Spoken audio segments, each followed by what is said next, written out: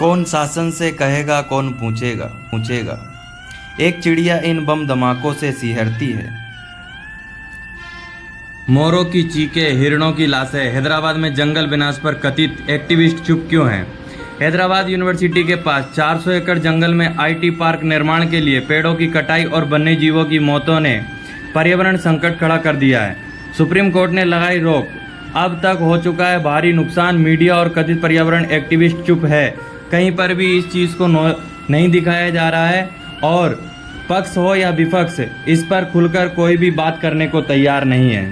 Hyderabad university के पास 400 एकड़ में फैले जंगल में आईटी पार्क बनाने के लिए बुलडोजर आ गए और चलने लगे, मगर कोई खबर बाहर नहीं आई। बुलडोजर आए तो छात्रों ने विरोध किया।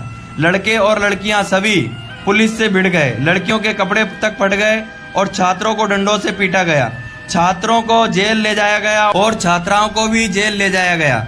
ये सारे समाचार मीडिया में उस तेजी से नहीं दिखाए गए जिस तेजी से मुंबई में आर्य गार्डन वाला आंदोलन दिखाया गया था। सोशल मीडिया में कुछ दिनों से एक वीडियो और एक फोटो बहुत तेजी से वायरल हो रहा है।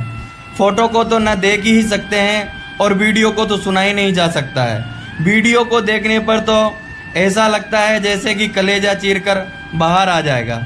ये आवाज़ें उन मुक्त प्राणियों की है जिनकी पीड़ा मानव अपने विकास की दौड़ में भूल चुका है, या कहें कि न तो देखना है और न ही सुनना है।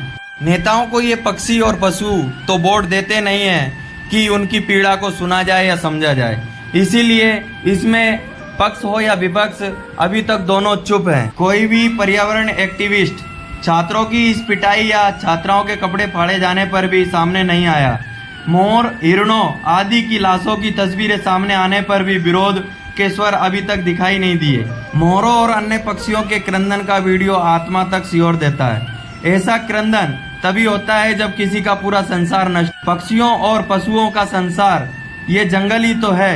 विकास के नाम पर इस सीमा तक अतिक्रमण हो गया है कि पक्षियों के पास अपना आवास ही नहीं है और अचानक इस प्रकार किसी का आवास तोड़ना ये तो क्रूरता की पराकाष्ठा ही है। हालांकि सर्वोच्च न्यायालय ने इस जघन्य घटना का संज्ञान लेते हुए गुरुवार को हैदराबाद यूनिवर्सिटी के पास भूमि पर किसी भी प्रकार की कार्रवाई पर रोक लगा दी है। परंतु तब तक 25% जंगल कट चुका है। 100 एकड़ में रहने वाले पशु पक्षियों या तो मारे जा चुके हैं या फिर वे बेघर हो चुके हैं। सुप्रीम कोर्ट के चीफ जस्टिस ने राज्य में पेड़ों की कटाई को बहुत गंभीर बताया है। पीठ ने कहा, तेलंगाना हाईकोर्ट के रजिस्ट्रार की रिपोर्ट इसकी खतरनाक तस्वीरें दिखाती है। रिपोर्ट से पता चलता है कि बड़ी संख्या में पेड़ काटे गए हैं। उन्होंने तेलंगाना सरकार से यूनिवर्सिटी की जमीन पर इतनी तेजी से काम करने को लेकर भी जवाब मांगा है। उन्होंने पूछा कि इस प्रकार की गतिविधि करने से पहले क्या सरकार ने पर्यावरण पर पड़ने वाले प्रभावों को आकलन किया था या प्रमाण पत्र लिया था? क्या लोकतंत्र में मानव मात्र ही सम्मिलित हैं? प्रश्न उठता है कि क्या निरीह पशु जो वोट नहीं दे सकते उनका इस कथित लोकतंत्र में कोई स्थान नहीं है? और उनसे भी बढ़कर यह है कि लंबी छुट्टी का फायदा उठाकर इतनी बड़ी संख्या में पेड़ों को काट दिया गया। केंद्र सरकार ने भी राज्य सरकार से इस मामले में रिपोर्ट मांगी है और सर्वोच्च बढ़कर ये दुनिया के अलग अलग देशों में विकास के नाम पर पेड़ों और जंगलों की अंधाधुंध कटाई हो रही है। ये जंगल पशु और पक्षियों के लिए घर की तरह होते हैं, जिसके उजड़ने पर ये इंसानों की तरह ही रोते हैं।